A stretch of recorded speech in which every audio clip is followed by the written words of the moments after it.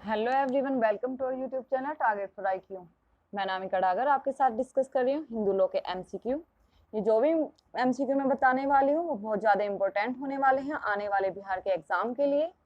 चलिए आइए डिस्कस करते हैं। क्वेश्चन नंबर 1 बात करता है कि दाम्पत्य अधिकारों के पुनः की व्यवस्था की गई है, कि रेस्टिट्यूशन ऑफ कंजुगल राइट की व्यवस्था कहाँ पर की गई है हिंदू मैरिज एक्ट 1955 में।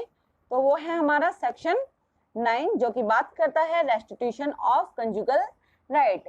अब रेस्टिट्यूशन ऑफ कंजुगल राइट क्या होता है कि जब पति या पत्नी दोनों पक्षकारों में से कोई भी बिना रीजनेबल कारण के एक दूसरे से अलग रहना स्टार्ट कर देते हैं तो जो पक्षकार होता है, जो क्या होगा, जो पीड़ित पक्षकार होगा वो जाके डिस्ट्रिक्ट कोर्ट में केस फाइल कर देगा रेस्टिट्यूशन ऑफ कंजुगल राइट के लिए कि वो दूसरा पक्षकार मेरे साथ में रहे।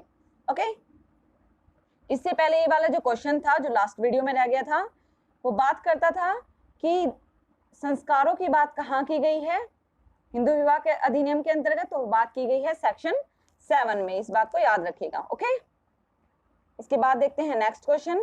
नेक्स्ट क्वेश्चन है कि किस वाद में न्यायालय ने कहा कि दाम्पत्य अधिकारों का जो उपचार है वो जंगली है तथा बर्बरता से भरा हुआ है। मींस वो कोई अच्छा उपचार नहीं है। ठीक है, ये कौन से केस में कहा था? ये कहा था टी सरिता बनाम वेंकट सुबैया के केस में कि भाई जो भी है, जो सेक्शन 9 में जो बात कही गई है, जो दाम्पत्य अधिकारों की पुनर्स्थापना का जो उपचार दिया गया है वो जंगली है और वो अच्छा नहीं है। ठीक है, लेकिन इसके बाद में फिर दूसरा केस आया सरोज रानी बनाम सुदर्शन कुमार चड्ढा का। इसमें क्या कहा गया? इसमें कहा गया कि जो दाम्पत्य अधिकारों की पुनर्स्थापना रेस्टिट्यूशन ऑफ कंजुगल राइट का जो सेक्शन 9 में जो प्रावधान किया गया है वो क्या है, वो बहुत अच्छा प्रावधान है क्योंकि इससे दोनों पक्षकार अलग रहने लगते हैं, वो एक साथ रहने लगेंगे। ओके, तो ये क्या नहीं है भाई, जंगली और बर्बरता से पूर्ण नहीं है, ये एक अच्छा है। कहां पर कहा गया था? सरोज रानी बनाम सुदर्शन कुमार में कहा गया, और इससे पहले टी सरिता बनाम वेंकट सुबैया में कहा गया कि ये उपचार क्या है भाई, जंगली है। ओके, दोनों केस याद रख लेने हैं। क्वेश्चन है कि न्यायिक पृथक्करण या जुडिशल सेपरेशन की व्यवस्था की गई है, कि जुडिशल सेपरेशन की व्यवस्था कहां पर की गई है? तो ये की गई है भाई section 10 of Hindu marriage act 1955 के अंतर्गत। ओके, एक प्रॉब्लम आ रही थी कि मैम ये हिंदी में समझ में नहीं आता इंग्लिश में, तो मैं जो भी क्वेश्चन होंगे मैं इंग्लिश में भी बताऊंगी आपको और हिंदी में भी बताऊंगी। ओके, ठीक है। नेक्स्ट क्वेश्चन देखते हैं कि न्यायिक पृथक्करण का विवाह के संबंधों पर क्या प्रभाव पड़ता है, इफेक्ट क्या पड़ता है जुडिशल सेपरेशन का? क्या वो पूरी तरीके से खत्म हो जाते हैं या रुक जाते हैं या वॉइड हो जाते हैं, वॉइडेबल हो जाते हैं? तो क्या हो जाते हैं भाई, वो स्थगित हो जाते हैं, वो खत्म नहीं होते पूरी तरीके से। क्या हो जाते हैं, कुछ टाइम के लिए जुडिशल सेपरेशन की डिक्री दे दी जाती है कि पक्षकार क्या रहेंगे भाई, दोनों एक दूसरे से अलग रहेंगे और अगर उनके बाद में संभव हो तो साथ रहने लगे, डिक्री ले लें कोर्ट से कि हम दोनों साथ रहना चाहते हैं, और अगर नहीं रहना चाहते तो क्या करेंगे, फिर तलाक ले लेंगे, है ना।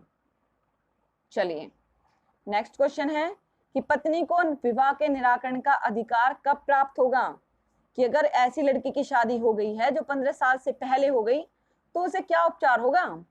ठीक है, तो ये है कि विवाह अगर 15 वर्ष की आयु के पूर्व हुआ हो और 18 वर्ष की आयु के पहले आवेदन कर दिया हो तो क्या हो जाएगा, ऐसी लड़की क्या कर सकती है, अपने विवाह का निराकरण करा सकती है, उसे खत्म कर सकती है। ठीक है, ये ऑप्शन मिल जाता है, किसको मिल जाता है, किसी भी लड़की को। क्लियर है? ओके, इसके बाद है क्वेश्चन हमारा, कहता है कि आणविक अभित्याग से संबंधित महत्वपूर्ण मामला है कि जहां पर क्या किया गया था, डिजर्शन किया गया था। तो ये कहां पर मामला है, कौन सा मामला है? तो ये मामला है ज्योतिष चंद्र बनाम मीरा का केस में। ये बताया गया कि आणविक अभित्याग की बात की गई कि जरूरी नहीं है कि जो अभित्याग होगा, डिजर्शन होगा, वो पूरी तरीके से ही हो, आणविक भी हो सकता है। ओके, इसके बाद में है हिंदू विवाह अधिनियम की किस धारा में विवाह की व्यवस्था की गई है? अब ये क्वेश्चन यहाँ पर गलत आ गया है, ये यहाँ पर है हिंदू विवाह अधिनियम की किस धारा में शून्य विवाह की व्यवस्था की गई है। तो कौन सा है सेक्शन, वॉइड मैरिज से कौन सा सेक्शन रिलेटेड है? तो वॉइड मैरिज का प्रावधान कहां पर किया गया है भाई, सेक्शन 10 में, सॉरी 11 में किया गया है। 11 में कौन कौन से ग्राउंड है, अब ये भी बात आ गई। तो सेक्शन 5 की जो शर्त 1 है उसका उल्लंघन कर दे कि पक्षकार में से पति या पत्नी किसी का जीवित हो। फिर है भाई कौन सा है कि सपिंड नातेदारी में शादी कर ली है या प्रतिष्ठित नातेदारी में शादी कर ली है, तो क्या माना जाएगा ऐसा शादी, ऐसी शादी शून्य मानी जाएंगी, वॉइड मानी जाएंगी, है ना। और 2 शर्तें और हैं। 2 शर्तें कौन कौन सी हैं, कौन कौन सी शर्तें और हैं कि वो विकर्षित नहीं होना चाहिए, पागल नहीं होना चाहिए, है ना। अगर ऐसी शादी हो जाती है तो कैसा होता है, क्या होता है, वो विवाह शून्यकरणीय कराया जा सकता है, ठीक है। वॉइडेबल होता है उसके ग्राउंड पे पक्षकार के, दूसरे पक्षकार के।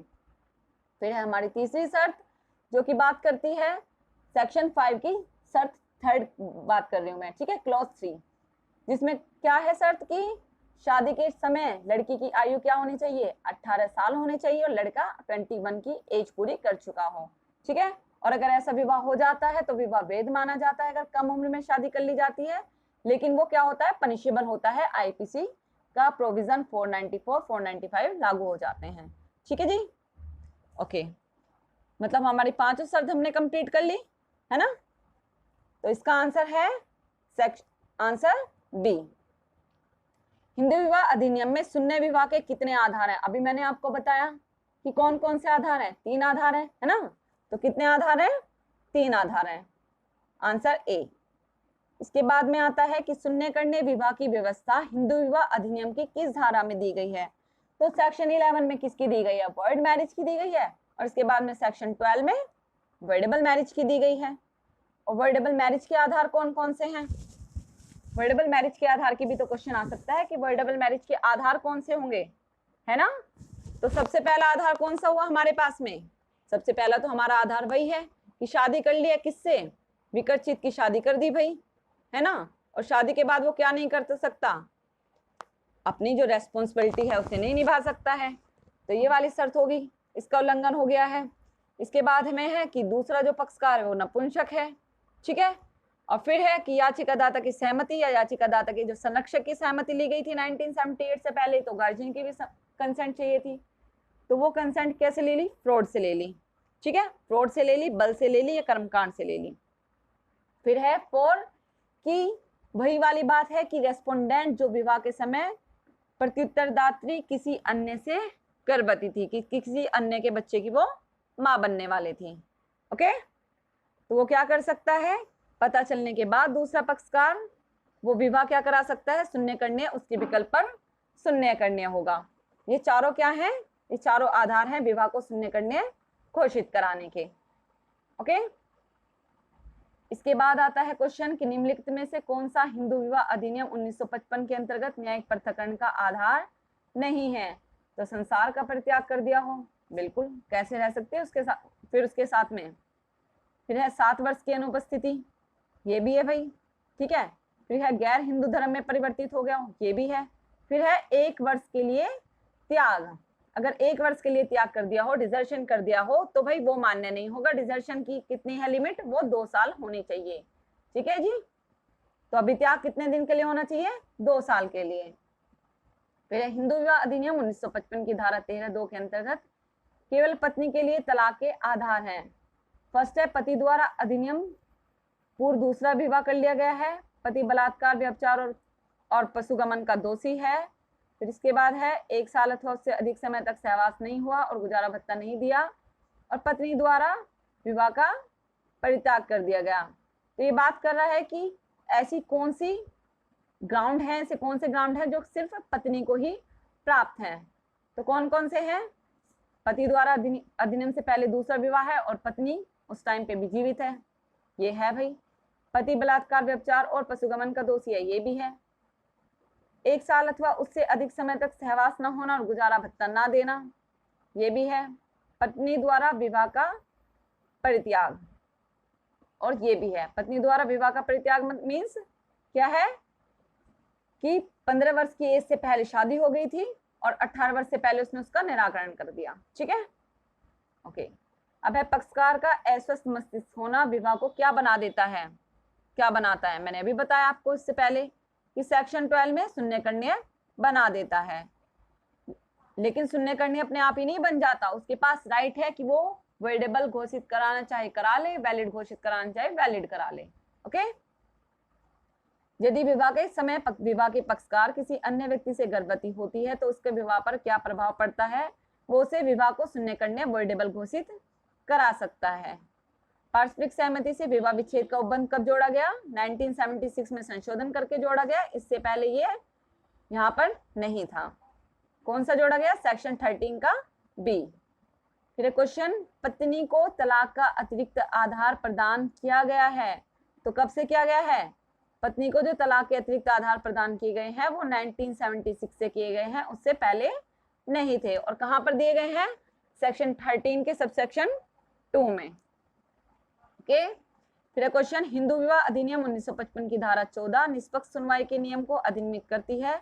इसके अनुसार कोई भी व्यक्ति, क्या है सेक्शन 14 में? सेक्शन 14 में है कि विवाह के 1 साल तक के बीच तक कोई भी याचिका तलाक के लिए नहीं दी जाएगी। अगर तुम तलाक चाहते हो तो विवाह को 1 साल पूरा हो जाना चाहिए, इसके बाद ही क्या कर सकते हो आप? प्लेन फाइल कर सकते हो कोर्ट में, इससे पहले नहीं कर सकते। ठीक है, और कर सकते हैं लेकिन इसका कुछ प्रोवाइजो है, एक्सेप्शन है कि अगर दूसरे पक्षकार ने इतना ज्यादा उसके साथ में परेशान कर दिया हो कि उसके साथ रहना असंभव हो गया हो, इतनी ज्यादा क्रूरटी हो गई हो, ठीक है, तो वो एक्सेप्शन है कि उस टाइम पे 1 साल के बीच में भी क्या दिया जा सकता है? फाइल की जा सकती है याचिका डाइवोर्स के लिए। ओके, लेकिन जनरल रूल क्या है कि 1 साल के बाद ही फाइल करेंगे। ओके, तो सेक्शन 39 का है भाई आंसर बी, आपराधिक मामलों को छोड़कर तलाक के 1 वर्ष के अंदर तलाक की याचिका नहीं दी जा सकती। ठीक है, आंसर बी। फिर है, एक बार का जार क्रम भी आधार होता है, किसका? 1976 से क्या किया? जुडिशियल सेपरेशन के और डाइवोर्स के ग्राउंड एक से बना दिए, है ना। तो अगर एक बार भी एडल्ट्री कर ली तो वो किस चीज का आधार है? जुडिशियल सेपरेशन का भी है और विवाह विच्छेद का भी है, क्योंकि 1976 से दोनों के ग्राउंड तो सेम हो ही गए हैं। ओके, निम्नलिखित किस मामले में उच्चतम न्यायालय के समान नागरिक संहिता के मुद्दे का समाधान नहीं किया गया? नहीं है, ये किया गया की बात है। ठीक है, तो कहां पर आया था? सरला मुद्गल के केस में बात आई थी, किसकी? समान नागरिक संहिता की, जो कि आर्टिकल 44 में भी दिया गया है। फिर है, हिंदू विवाह में 1976 के संशोधन के पश्चात 1976 में जो अमेंडमेंट किया उसके बाद में विवाह क्या रहा? वो शुद्ध संविदा हो गया, पवित्र बंधन रहा। क्या हुआ भाई? तो 1976 से क्या किया? म्यूचुअल कंसेंट से डाइवोर्स के ग्राउंड दे दिए गए। ओके, और क्या कर दिया गया? अतिरिक्त आधार भी दे दिए गए पत्नी को। ओके, तो क्या हुआ? वो पवित्र बंधन टाइप का तो नहीं रहा, कुछ संविदा टाइप का भी हो गया, है ना। और लेकिन उसके बाद में भी क्या है? सेक्शन 7 में हम सप्तपदी की भी बात कर रहे हैं, तो क्या बचा? आंशिक पवित्र बंधन अब रह गया है। ठीक है, तो हिंदू विवाह में 1976 के संशोधन के पश्चात हिंदू विवाह क्या हो गया? आंशिक पवित्र बंधन। फिर है, विवाह संबंधी कार्रवाइयों की सुनवाई की बंद कमरे में करने की व्यवस्था कहां पर की गई है? तो ये की गई है सेक्शन 22 में, जो बात करता है कि जो भी फैमिली से रिलेटेड मैटर होंगे उनकी जो कार्रवाई होंगी इन कैमरा प्रोसीडिंग होंगी, सेक्शन 22 में।